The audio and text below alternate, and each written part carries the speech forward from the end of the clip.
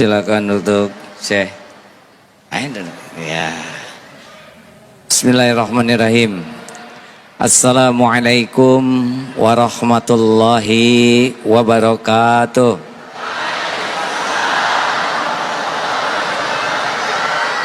Mari ikuti subhanallah walhamdulillah wala ilaha illallah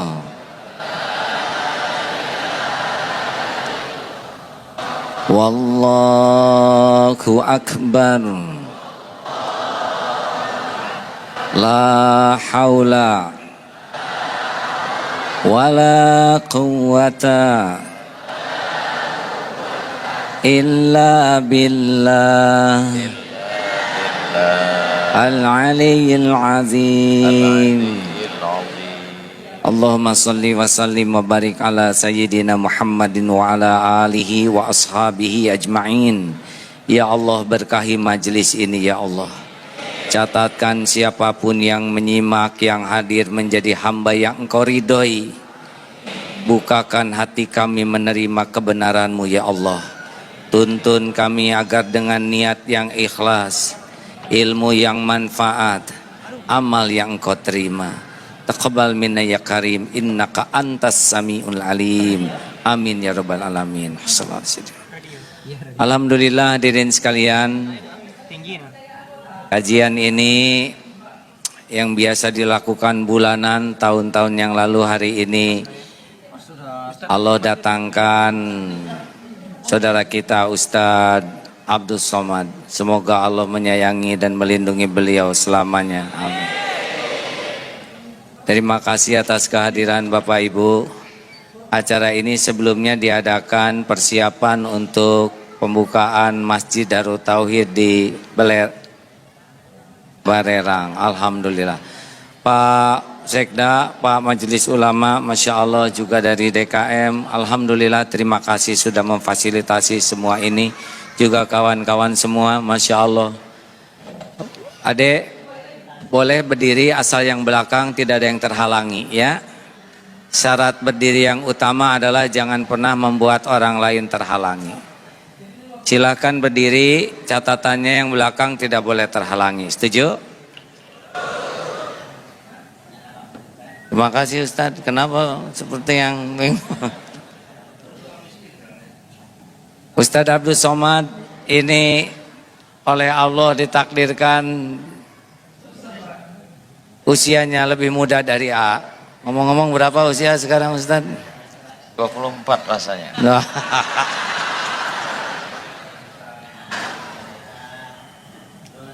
Saya 58, beliau 43. Tadi kan 43 waktu ya. Yang asli Baru ingat tahun 2020. oh, Alhamdulillah.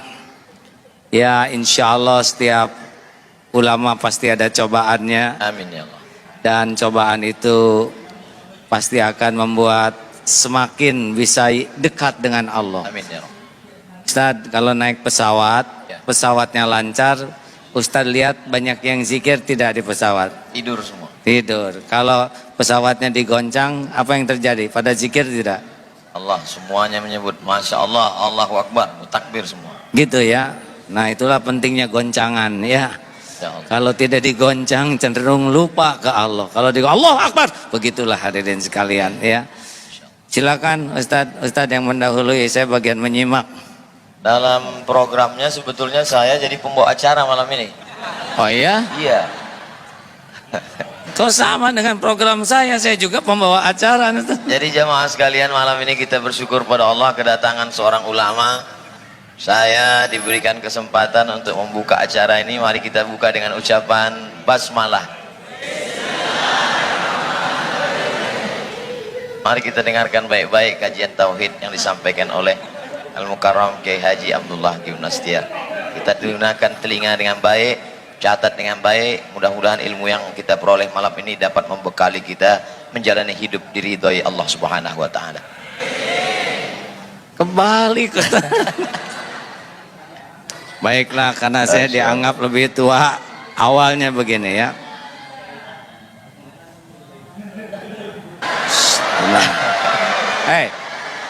Tenang. Dengar. Jangan pernah berbicara sesuatu yang tidak ada manfaat. Tidak terdengar? Jangan banyak komentar ya. Setiap komentar pasti dicatat oleh Allah dan ada dipertanggungjawabkan. Bagaimana sekarang, jelas tidak? Tidak. Sabar, tenang. Bisa terdengar tidak? Di atas kedengaran tidak? Tidak. Berarti dari tadi kita ngobrol nggak ada yang dengar. Maaf panitia. Bagaimana sekarang, jelas? Padahal sama ya. Jelas ibu belakang? Apakah Allah Subhanahu wa ta'ala sedang menyaksikan pertemuan ini? Yakin? Apakah Allah mendengar apapun yang terucap?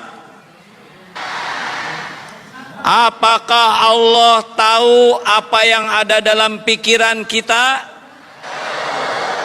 Apakah Allah tahu isi hati kita? Apakah Allah Subhanahu wa ta'ala tahu persoalan yang sedang kita hadapi? Yakin?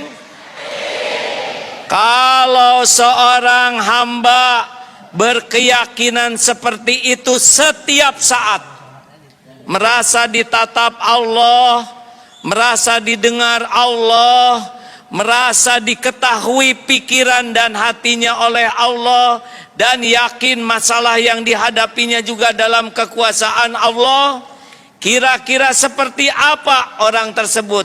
Tenang atau gelisah? Akhlaknya baik atau buruk? Masalah kita umat Islam kepada Allahnya itu kadang-kadang hanya sampai di lisan, belum sampai di hati dengan yakin. Sedikit Ustadz izinkan membuka acara ini ya, nanti Ustadz yang menyampaikan aslinya. Kedengaran ke atas? Alhamdulillah. Kenapa umat Islam belum seindah akhlak yang diharapkan oleh Rasulullah sallallahu alaihi wasallam?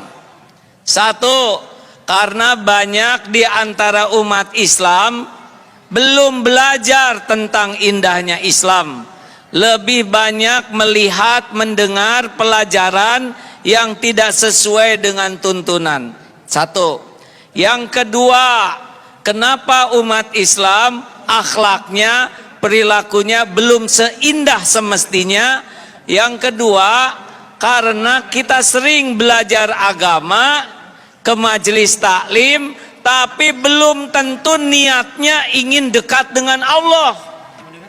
Tidak jarang datang ke sekolah Islam, kampus Islam, pesantren, tapi yang dicarinya dunia, ingin gelar, pangkat, jabatan dari agama. Padahal ilmu agama ini justru untuk membuat dekat dengan Allah. Sampai ada seorang suami yang mengeluh, istri saya ke pengajian seperti makan obat sehari 3 kali, tapi perubahan yang nyata itu baru pada seragamnya, belum pada perilakunya, dan peningkatan yang jelas itu pada cicilan, belum pada iman. Kenapa? Sangat boleh jadi belajar agamanya belum dengan niat ingin bisa dekat dengan Allah. 3, kenapa kita semua belum seindah semestinya? Karena seringkali belajar agama kita amalkan, tapi amalnya baru sibuk amal lahiriah. Seperti sholat isya tadi, kita datang ke masjid, kita sholat, ruku, sujud, lahirnya kita taat, tapi hati belum tentu kita ingat ke Allah. Benar? Halo? Jadi kadang-kadang kita sibuk dengan amalan lahir, tapi lalai ke amalan hati. Bahkan tidak jarang ilmu dan amalan kita justru mengotori hati. Jadi ujub, jadi takabur, merasa paling benar, merasa paling soleh, justru karena ilmu dan amal yang kita lakukan. Padahal Allah subhanahu wa ta'ala, innallaha la yanzuru ila suwarikum wa amwalikum walakin yanzuru ila qulubikum wa a'malikum. Allah, sesungguhnya Allah tidak melihat rupa dan hartamu, tapi Allah melihat hati dan amalmu. Seharusnya kita belajar agama dan mengamalkan agama itu membuat hati jadi makin bersih, amal makin melimpah. Demikianlah pendahuluan dari acara kajian malam ini. Penjelasan selanjutnya oleh Ustadz Abdul Somad. Baik, alhamdulillah kita baru saja mendengarkan sesuatu yang menyentuh hati. Sebentar. Masya Allah.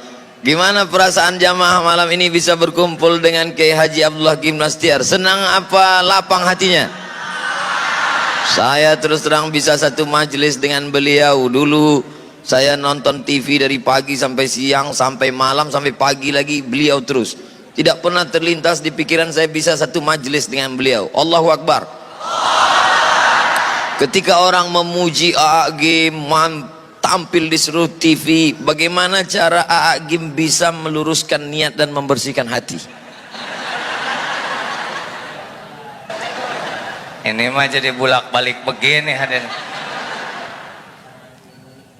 Dulu Ustadz, Ya. kira kita ngobrol aja lah ya. Baik. Dulu tidak pernah menyangka akan menjadi posisi seperti ini. Ya. Tetapi entah bagaimana takdirnya tiba-tiba menjadi dikenal sebagian orang. Allah. Padahal secara keilmuan belum siap, dan ada lagi yang belum siap, keimanan belum siap. Jadi ketika makin populer, makin di banyak tampil, ternyata saya kehilangan yang sangat besar, yaitu rasanya kehilangan kedekatan dengan Allah dibanding sebelum dikenal orang. Jadi ustadz populer malah jauh dari Allah. Iya, itu sampai tahun 2006. Insyaallah. Sebelum Allah memberikan karunia, ditegur, diingatkan, sehingga alhamdulillah, mudah-mudahan sekarang sudah bisa lagi nginjak bumi. Kalau dulu jadi terbang kayak balon gas, karena ketipu atau tidak siap dengan popularitas. Gitu Ustaz. Sekarang gimana Ustaz jadi orang populer, Han? Ini pas umur saya dulu, Pak. Saya dulu mulai diuji popularitas umur 39, 38, 39 mulai di TV. Ustaz sekarang lagi populer-populernya nih. Tapi saya mulai diuji umur 45, Ustaz 43, 2 tahun duluan Ustaz. Bagaimana mungkin orang yang berada di masjid, yang semestinya mengingat Allah, yang mestinya berasa berhadapan dengan Allah, tapi justru melupakan Allah? Ini kan ujian luar biasa. Ya, memang kalau mulut mudah menyebut Allah, tapi hati belum tentu. Dan bahayanya penceramah model kita, Ustadz, ya. Kalau orang awam, Wali, alhamdulillah nih tuan rumah. Waalaikumsalam warahmatullahi wabarakatuh. Bang, apa kabar? Masya Allah Pak Wali. Masya Allah. Ya, lanjut mau ikut gabung sini Pak Wali. Makasih Pak Wali, alhamdulillah.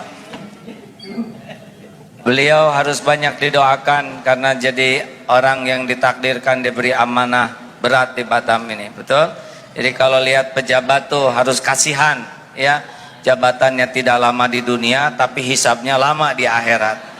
Makanya doakan, doa. Jangan hanya menuntut, yang penting mendoakan. Betul Pak Wali? Masya Allah. Ada sebagian orang ketika dia diuji dengan sakit, dia katakan saya sedang diuji. Diuji dia dengan kemiskinan, dia katakan saya sedang diuji. Tapi ketika dia punya popularitas, punya jabatan, dia menganggap ini nikmat. Logika berpikir seperti ini betul atau keliru? Salah. Kok jadi saya yang jawab terus?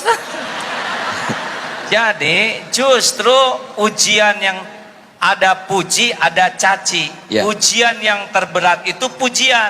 Kenapa berat? Karena pujian ini cocok dengan yang nafsu sukai. Oh. Jadi kalau nafsu suka, itu lebih berat. Ya. Tapi kalau nafsu tidak suka, itu cenderung yang lebih dekat yang Allah sukai. Seperti tidur, tahajud atau tidur, pasti nafsu sukanya tahajud atau tidur. Tidur. Nah, makanya itu lebih berat. Ya. Jadi dipuji itu lebih berat daripada dicaci. Karena kalau dipuji kita sudah suka jadi merasa seperti apa yang dikatakan orang. Wah, Ustadz Abdul Somad soleh, wah itu lebih bahaya daripada Ustadz perbaiki dong. Nah itu lebih bagus. Berarti kalau gitu kita lebih berusaha mencintai haters daripada lovers. Ya lover dicintai, haters juga dicintai. Masya Allah. Karena tidak rugi kita dikritik orang. Yang rugi itu sebetulnya kalau terpedaya oleh pujian orang. Sekarang bagaimana rasanya Ustadz jadi orang terkenal? Masya Allah, tabarakallah. Kita sedang disadarkan bahwa selama ini kita salah melihat hidup. Selama ini kita merasa kalau sedang sakit diuji Allah. Ketika kita sedang miskin diuji Allah. Ketika kita sedang dapat jabatan, alhamdulillah saya diberi. Padahal sebenarnya juga bagian dari Dan lebih berat ujiannya. ujian jabatan. Iya. Ujian popularitas. Lebih berat Pak. Kalau orang populer seperti Ustadz Abdul Somad ini ya. Ada contoh lain enggak? Udahlah giliran. Kalau orang tidak dikenal bikin kesalahan bisa dia sendiri Pak. Ya. Tapi kalau model orang hampir nyebut kita, model Ustadz yang terkenal ini Ya. bikin satu aja kesalahan, Ya. ditiru orang banyak, udah nggak tahu gimana ngejar tobatnya itu. Dosa jariah. Iya, dan terus disampaikan, apalagi sekarang dengan seperti ini lebih sensitif lagi. Insya Allah. Makanya siapapun, dan orang terkenal itu bukan karena maunya orang, karena maunya Allah. Ujian, tidak usah ingin terkenal, dan kalau nggak ada takdirnya nggak akan pernah terkenal. Tapi yang udah ditakdirkan terkenal harus obat habis-habisan supaya tidak terpedaya oleh keterkenalannya. Gitu. Bagaimana memanage hati kita supaya kita tidak terpedaya oleh setan yang luar biasa? Jadi terbalik, ini tidak sesuai rencana saya. Rencana saya mau dengerin Ustadz ceramah. Saya sedang belajar ilmu tauhid. Bagaimana mensucikan hati? Gimana jamaah? Gimana Membersihkan nih, hati. Tidak boleh mengadu ke jamaah. Oh gitu ya. Aneh pada saya tuan rumahnya. Begini Ustadz, kata guru saya, kalau kita sedang diuji dengan dihormati orang lain, pokoknya kalau orang menghormati kita pasti minimal dua hal. Satu, yang dipuji oleh orang itu pasti karunia Allah. Wah ini pintar, pasti karunia Allah. Wah ini hebat, pasti karunia Allah. Wah ini kaya, pasti karunia Allah. Pokoknya kalau orang muji kita, yang dipuji itu pasti pemberian Allah. Itu yang pertama. Jadi kita harus tahu, oh ini yang dipuji pemberian Allah. Yang kedua, kenapa kita dipuji orang? Karena Allah menutupi aib, dosa, kejelekan dan kekurangan kita. Nah kata guru saya, kalau kita sedang dikagumi orang, dipuji orang, sibuk lihat apa yang Allah tutupi daripada sibuk menikmati pujian penghargaan orang. Masya Allah, tabarakallah. Jadi sebenarnya ketika kita sedang dimuliakan, diagungkan, dihormati, disanjung tinggi, sebetulnya bukan prestasi kita, tapi karena pemberian pinjaman Allah, dan Allah menutupi aib cacat kita. Benar. Dan itu ujian lebih berat daripada nggak ada yang muji. Kenapa Allah tidak buka? Itu semua karena sayang Allah kepada kita. Sayang Allah. Mungkin doa orang tua, mungkin kita pernah nolong seekor kucing, mungkin kita pernah ngasih minum burung, dan Allah suka dengan kebaikan kita yang kita tidak merasa hebat dengan kebaikan itu, tapi Allah suka. Biasanya orang bicara tentang masalah dunia ini, dia melihat yang di luar, ekonomi, politik, sosial, budaya. Tapi lebih mengajak kita untuk melihat ke dalam. Sebenarnya masalahnya ada di dalam hati kita. Mengapa? Lah kan jelas sekali Ustaz, innallaha la yanzuru ila suwarikum wa amwalikum walakin yanzuru ila qulubikum wa a'malikum. Ya. Allah tuh tidak lihat rupa dan harta, tapi Allah melihat hati dan amal. Ustaz maaf ya, mungkin Ustaz apa? Ustaz lebih hafal tentang dalil yang 3 dihisab pertama. Ya. Yang pertama mujahid, Ya. yang merasa berjuang sampai terbunuh di medan perang. Ya. Dan ketika dihisab ditampakkan nikmat, dia mengakuinya. Apa yang kau lakukan? Ya Allah, saya sudah berjuang sampai saya mati di medan perang. Saya lakukan lillahi ta'ala. Apa Allah menjawabnya? Kadzabta, dusta kamu, bohong kamu. Ya. Kamu berjuang karena ingin dianggap pemberani, dan sudah engkau dapatkan pujian itu. Akhirnya dia diseret, tertelungkup, masuk ke dalam neraka. Bukan kurang perjuangannya, Yeah. bukan kurang pengorbanannya, bukan kurang pengakuannya, yang kurang cuma satu. Hatinya lebih suka dipuji oleh manusia daripada kedudukan di sisi Allah. Walaupun dalam pandangan manusia dia seorang mujahid, mati jihad fisabilillah, berdarah-darah. Iya, tapi Allah kan tahu hati orang. Nauzubillah. Yang kedua, Orang yang belajar agama dan yang mendakwahkannya seperti Ustadz Abdul Somad, Ustadz yang lain, Ustadz. iya. Belajar sampai ke Mesir, sampai ke Maroko. Itu yang kedua. Merasa lama di Arab. Aduh. Padahal onta lebih lama. Yang kedua. Yang ketiga kita akan lanjutkan setelah yang satu ini. Hah? Minum dulu. Oh, minum dulu Ustadz. Ini lagi seru-serunya kita minum. Fadal. Saya. Masya Allah, tabarakallah. Yang kedua itu yang belajar agama dan mendakwahkannya, belajar Quran dan membacanya. Tidak semua ke sorga. Jadi jangan kaget kalau di akhirat, na'udzubillah min zalik, ada ulama yang terkenal di dunia tapi tidak ke sorga. Ilmunya luas, dalilnya bagus, baca Qurannya fasih, hafal Quran, tapi ketika dihisab, kadzabta, dusta kamu. Kamu belajar agama dan dakwah karena ingin dianggap alim, dianggap ulama, dai, kondang, dan sudah engkau dapatkan di dunia, diseret tuh ke neraka. Engkau ingin dianggap qori dan sudah engkau dapatkan. Tidak kurang ilmunya, tidak kurang Qurannya, yang kurang satu saja. Apanya Ustaz? Keikhlasan hati. Hatinya. Tulusan karena Allah. Jadi nggak cukup kita sibuk beramal kalau tidak mujahadah membersihkan hati. Dan cuma satu penyebabnya, dia senang dengan kedudukan di sisi manusia dengan menggunakan amalan akhirat. Itu yang membuat Allah marah. Mencari kedudukan dunia dengan berbagai macam bunga-bunga keindahannya, justru dengan amal akhirat. Ya, itu yang membuat Allah. Padahal yang diinginkan Allah, tundukkan dunia untuk memperoleh akhirat. Iya, coba jelaskan itu Ustaz. Yang ketiga, ini saya sering cerita ini antara dunia dan akhirat ya. Mana yang kira-kira lebih tidak disukai Allah? Bu, akhwat, mana yang berbahaya bagi seorang wanita? Ingin kelihatan cantik atau ingin kelihatan solehah? Jangan ini aja ke sini, Ustaz. ya.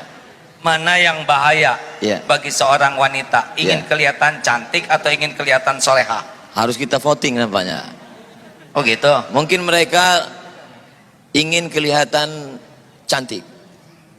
Karena oleh sebab itu maka karena banyak lelaki ingin perempuan itu lebih cantik daripada ingin solehah, makanya perempuan lebih banyak mempercantik diri daripada mempersolehah diri. Wah, benar. Saya baru dapat dari grup WhatsApp. Oh gitu. Tapi yang bahaya tuh ingin kelihatan soleha. Kalau wanita ingin kelihatan cantik, fitrahnya. Ya. Kalau lelaki ingin kelihatan cantik, LGBT ya. Bolehkah Bu wanita ingin kelihatan cantik? Jawab, boleh tidak? Yang mantap boleh tidak? Untuk siapa? Suami siapa? Masya Allah, tabarakallah. Istighfar ibu-ibu. Kalau wanita ingin kelihatan solehah, pasti menggunakan hak Allah. Jadi lebih nunduk, subhanallah, subhanallah. Yang harusnya zikir untuk Allah, tapi dia ingin dipuji oleh orang ahli zikir. Dan itulah yang membuat Allah marah, karena dia menggunakan amalan hak Allah untuk cari pujian manusia. Itulah sebabnya ustadz, ulama, qori'ah berbahaya. Giliran ustadz, ya. Jelaskan ustadz, jangan nanya terus. Ketika sekarang orang berbicara tentang masalah ancaman-ancaman yang luar biasa, disintegrasi bangsa, kemudian bully pada ulama, kemudian dengan berbagai macam masalah. Sebetulnya masalah ini di luar atau masalah manusia ini di dalam? Gak ngerti Ustaz, kurang jelas pertanyaannya. Lebih bagus ini. Masalah manusia ini sebetulnya masalah ekstern di luar, masalah ekonomi, masalah sosial, masalah politik, atau dia sebetulnya punya masalah di dalam dengan hatinya kotor, dan bagaimana cara mensucikan tazkiyatun nafs, dan apa hubungannya dengan tauhid? Selalu mengkaji tentang masalah tauhid. Apa sebenarnya target dari tauhid? Saya belum pernah ditanya kayak gini terus-terusan hadis. Duduk bersama seorang yang lebih faham tentang masalah kehidupan. Ada ilmu yang tersurat, ada yang tertulis, tapi ada yang tersirat. Inna fi khalqis samawati, dalam penciptaan langit, tidak tersurat, tidak ada dalam tulisan, tidak dikatakan oleh ulama, tapi dia dapat ditangkap. Ittaqu firasatal mu'min, takutlah kamu pada firasat orang beriman. Fa innahu yanzuru binurillah, dia bukan memandang dengan matanya, tapi dia dengan memandang dengan pandangan Allah yang diberikan Allah pinjaman kepada dia. Maka duduk sejenak dengan orang berilmu sama dengan duduk berjam-jam, bahkan berhari-hari di perpustakaan. Kita nikmati duduk bersama dengan orang berilmu ini, maka kita ambil semuanya, mudah-mudahan jadi bekal kita di masa akan datang. Takbir. Semangat mereka. Kita dengarkan jawabannya. Tauhid, tauhid. Seumur-umur saya ceramah, baru kali ini saya dipaksa menjawab begini. Ilmu yang saya dapatkan begini, mengapa Rasulullah Sallallahu Alaihi Wasallam diutus ke bumi? Ya. Innama bu'itstu liutammima makarimal akhlak. Sesungguhnya hamba diutus ke bumi hanyalah untuk menyempurnakan kemuliaan akhlak. Ya. Beliau bersimbah keringat, air mata, bahkan darah, agar kita semua memiliki akhlakul karimah. Karena semua masalah itu gara-gara akhlak yang buruk. Akhlak. Politik itu tidak ada masalah, tapi menjadi masalah kalau berpolitik dengan akhlak yang buruk. Ekonomi itu juga tidak masalah, tapi jadi masalah kalau akhlak buruk. Dalam rumah tangga juga yang jadi masalah itu adalah akhlak. Benar? Ada ikhwan yang belum nikah? Maaf akhwat, ada yang belum nikah? Coba dengar ini ya, akhwat, khusus bagi yang belum nikah, yang udah terima apa adanya ya. Akhwat, maukah punya suami yang rupawan? Jawab. Sudah rupawan, pinter, mau? Sudah rupawan, pinter, banyak uangnya, mau? Tapi akhlaknya bejat, mau? Jelas? Ada harapan untuk saudara-saudara ya, yang kurang rupawan, kurang pinter, kurang duit, asal akhlak, mau? Akhwat, betul? Coba ikhwan, maukah punya istri rupawan? Udah rupawan, pintar, udah pinter, banyak uangnya, tapi akhlaknya mulia. Dengar akhwat, suara terkeras bukan masalah rupa, tapi masalah akhlak. Benar? Nah, akhlak itu menurut ilmu yang saya dapatkan pilarnya 2. Jadi kalau orang ingin berakhlak baik meniru Rasulullah, itu pilarnya 2. 1, kepada pencipta, kepada Allah Subhanahu wa taala, benar bersih tauhidnya. La ilaha illallah, tiada ilah selain Allah. Hatinya itu tidak menuhankan apapun selain Allah. Tidak menuhankan harta, gelar, pangkat, jabatan, walaupun dia punya, tapi tidak ada lengket di hatinya terhadap dunia ini. Allah saja, mau dia jadi menteri, jadi gubernur, jadi wali kota, tidak ada masalah. Hatinya tuh, saya bukan hamba siapa-siapa selain hamba Allah. Buahnya 2, patuh dan pasrah. Cirinya juga 2, roja dan khaufnya kepada Allah. Itu tauhid. Nah, yang kedua, kaki yang kedua adalah kepada ciptaan Allah, rahmatan lil alamin. Kepada pencipta bertauhid, kepada ciptaan rahmatan lil alamin. Penuh kasih sayang, keinginan agar orang-orang itu punya nikmat iman, bisa selamat dunia akhirat. Itu Ustadz yang saya tahu. Itu makanya AA Gim selalu mengkaji masalah tauhid, bahkan pondoknya Darut Tauhid. Pertanyaan yang menggumpal, mengkristal di kepala kita selama ini, mengapa tauhid? Ternyata masalah manusia ini dapat diselesaikan dengan 2, kepada Khalik, hanya bergantung kepada Allah. Tapi selama ini kalau kita bicara tentang masalah orang bertauhid, biasanya katanya zuhud, jangan bergantung kepada harta, jangan bergantung kepada kuasa, akhirnya dia hidup miskin, susah, melarat. Tapi Agim ada yang unik, dia bicara tentang tauhid, bicara tentang zuhud, tapi dia kaya raya, motornya gede. Bukan motor gede, itu motor sedang, sayanya kecil, jadi lebih kelihatan. Masya Allah. Bicara tentang masalah tauhid, orang selalu mengatakan kalau sudah tauhid kita murni, jangan lagi memandang kepada harta, tinggalkan ekonomi, tinggalkan. Tapi justru Agim tidak demikian. Tauhid tetap, tapi kita lihat kehidupannya baik, ekonominya mapan, kehidupannya bagaimana menyeimbangkan ini sehingga umat tidak tersesat dalam pemahaman yang keliru memahami Islam. Jadi begini Ustadz, Ya. Tidak menuhankan itu bukan berarti tidak punya. Kata kuncinya bukan berarti tidak menuhankan, berarti tidak punya. Iya, gini. Kita punya harta tapi tidak menuhankan harta, itulah zuhud. Allah. Ada orang yang tidak punya harta tapi menuhankan harta, tetap saja dia walaupun bokeh tetap tidak bagus, itu yakinnya. Orang yang tidak punya harta tapi menuhankan harta, ingin punya harta padahal tidak punya harta, masuk nerakanya 2 kali berarti. Gak tahu juga Ustaz, itu urusan Allah. Tapi udah pasti menderita, karena setiap kali kita mengilahkan sesuatu selain Allah, Allah kan tahu isi hati kita, pasti Allah turunkan gelisah.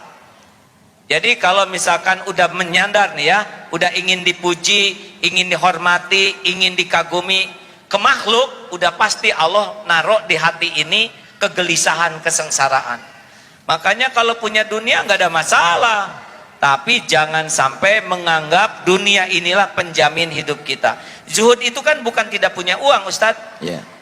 Orang yang zuhud itu mau punya 1000, 1.000.000, 1.000.000 sama, karena dia lebih yakin dengan jaminan Allah daripada apa yang ada di tangannya. Itu zuhud. Bagaimana menguatkan keyakinan? Harus dilatih Ustadz. Cara melatihnya? Ya misalkan ini nanti ada sedekah ya, jangan suka ragu-ragu, sedekah berapa, nggak usah dihitung-hitung, ada sini, coba aja keluarin, buka jam keluarin, cincin keluarin, pasti nyesel. Kenapa tidak dari dulu saya jadi dermawan, gitu nyeselnya. Jadi ini akan ada ujian. Ada sesudah ini biasa kan diuji ya. Masya Allah. Mana kotaknya? Belum Ustadz, belum panas ini ya.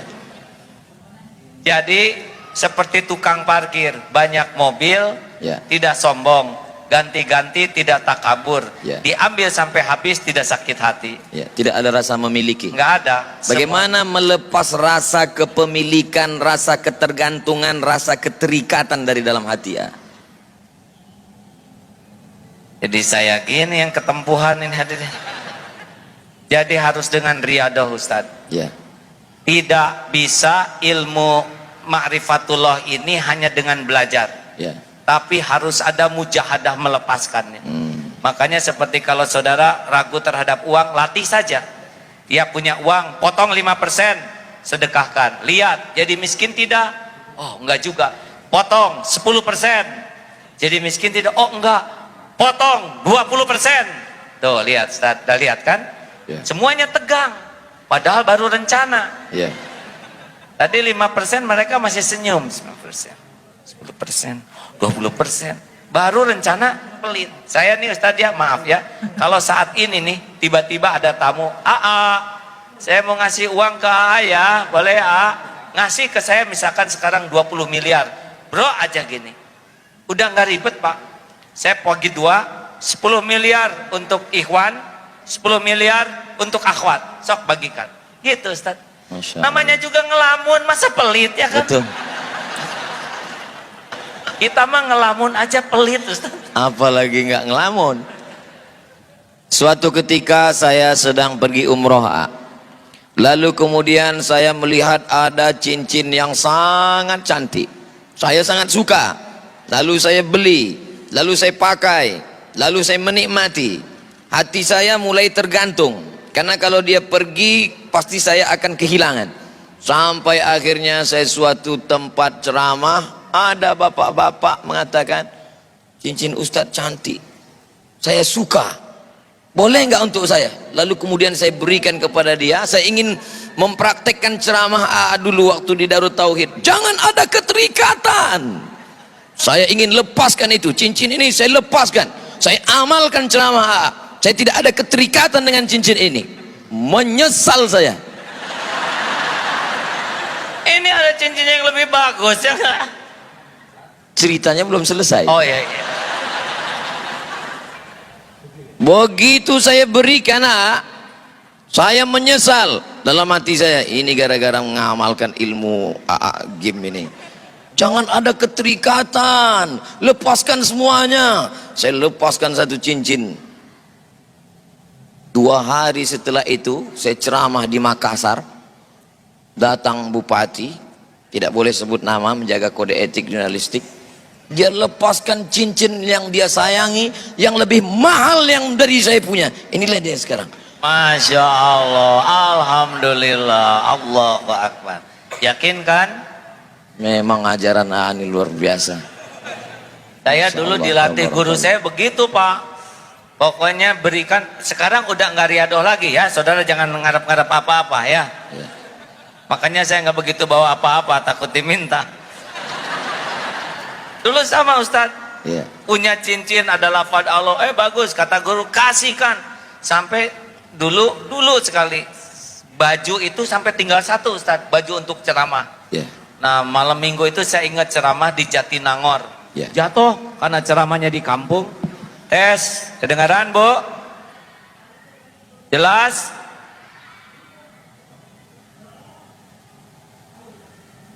Dari tadi tidak kedengaran. Yang sebelahnya gini, yang sebelahnya gini, gimana? Jelas sekarang? Ya memang hidup tidak mungkin memuaskan setiap orang. Nah hadirin, saya ingat tuh Ustadz, Ya. pada subuh, waktu itu saya masih tinggal dengan orang tua. Ya. Sedih karena pagi harus ceramah, tapi baju tidak ada karena yang semalam kotor. Ya Allah, saya sudah berusaha ngamalkan perintah guru saya, dan sekarang saya nggak punya baju ganti untuk ceramah. Masya Allah tuh pada subuh, Ya. datang tuh tamu bawa baju batik 2 seperti ini, safari. Belum pernah saya punya baju batik. Tolong pakai ini. Saya beli tapi kekecilan, mungkin dia cocok 2 sekaligus tuh. Alhamdulillah, Allah ilhamkan beli tapi dibikin kekecilan sehingga ngepasnya buat saya. Jadi benar-benar tidak akan pernah balasan dari Allah itu mengecewakan. Gimana kalau ketika memberi itu ada harapan dalam hati, mudah-mudahan Allah balas, Allah ganti, boleh nggak? Boleh. Karena ngarap-ngarapnya dari Allah. Hanya levelnya belum level bagus. Kalau level yang paling bagus VVIP tanpa ada harapan sama sekali. Allah udah tahu kita berharap di hati kecil ya. Allahu Akbar. Kan lintasan hati, wa huwa alimum bidatis sudur wa asiru qaulakum awijharu bi innahu alimum bidatis sudur.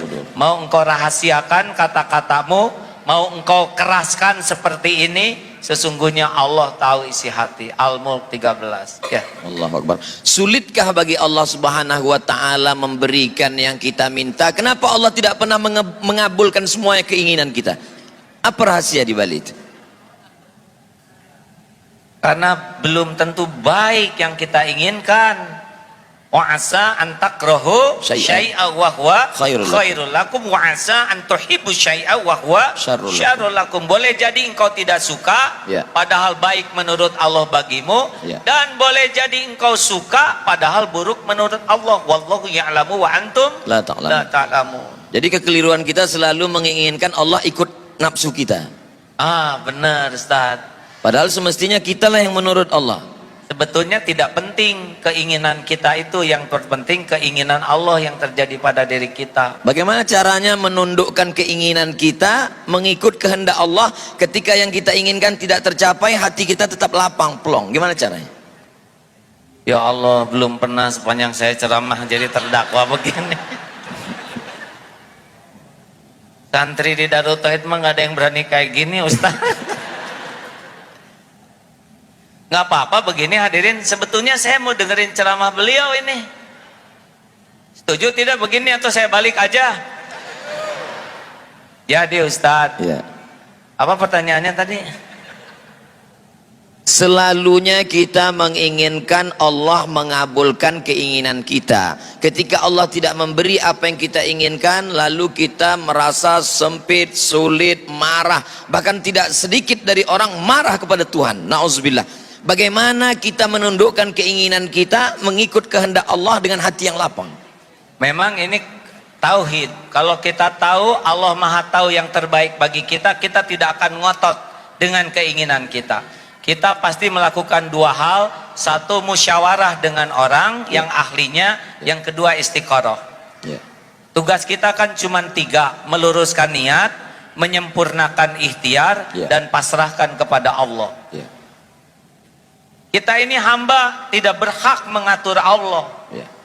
Kita ini hanya melurus. Tugas kita kan bukan menentukan sesuatu. Tugas kita tuh niatnya lurus, lillahi ta'ala, ikhtiarnya maksimal di jalan Allah. Dan yang ketiga, kalau baik silahkan, kalau tidak baik jangan.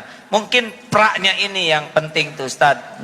Kalau orang tidak pakai prolog niat cara yang benar dan tawakal, pasti luka. Ini kan prinsip luka di hati itu kan karena melekat. Seperti perangko melekat di amplop, ketika dicopot robek dia. Nah, kemelekatan hati kita, lengketnya hati dengan sesuatu, itulah yang bikin kita banyak sakit hati. Karena melekat. Melekat, kayak pengen dipuji, orang tidak muji, sakit hati. Pengen dihormati, orang tidak menghormati, sakit hati. Gitu. Keinginan sumber penderitaan. Oh ya? Iya benar juga. Ada lagunya itu, Pak. Coba Ustadz jelaskan lagu keinginan sumber penderitaan. Semakin besar keinginan, semakin besar hawa nafsu, semakin besar kekesalan dan penderitaan ketika tidak terkabul, karena kita sudah membuat suatu obsesi besar. Tapi kalau kita lihat hadis Nabi SAW, Nabi berkata, saat aku lihat percikan batu pertama, kamu akan membebaskan Rom. Saat aku lihat percikan batu pertama ketika menggali khandak parit, ketika berbenturan pacul besi itu dengan batu, aku melihat cahaya, kamu akan membebaskan Yaman, kamu akan membebaskan Syam, kamu akan membebaskan Rom. Apa beda obsesi keinginan dengan cita-cita? Karena Nabi mengajarkan kita punya cita-cita tinggi. Ada dalilnya, ihris ala ma yanfa'uk wasta'in billah wala ta'zaz. Yang lanjutan dari al-mu'minul qawi. Ya, ahabbu ilallah minal mu'min. Ya, al-mu'minul qawi khairun wa ahabbu ilallah minal mu'mini dhaif wa fi kullin khairun. mukmin yang kuat lebih baik dan lebih dicintai Allah daripada mukmin yang lemah, kalau pada keduanya ada kebaikan. Ihris ala ma yanfa'uk, bersungguh-sungguhlah, antusiaslah, semangatlah dengan apa yang bermanfaat bagimu.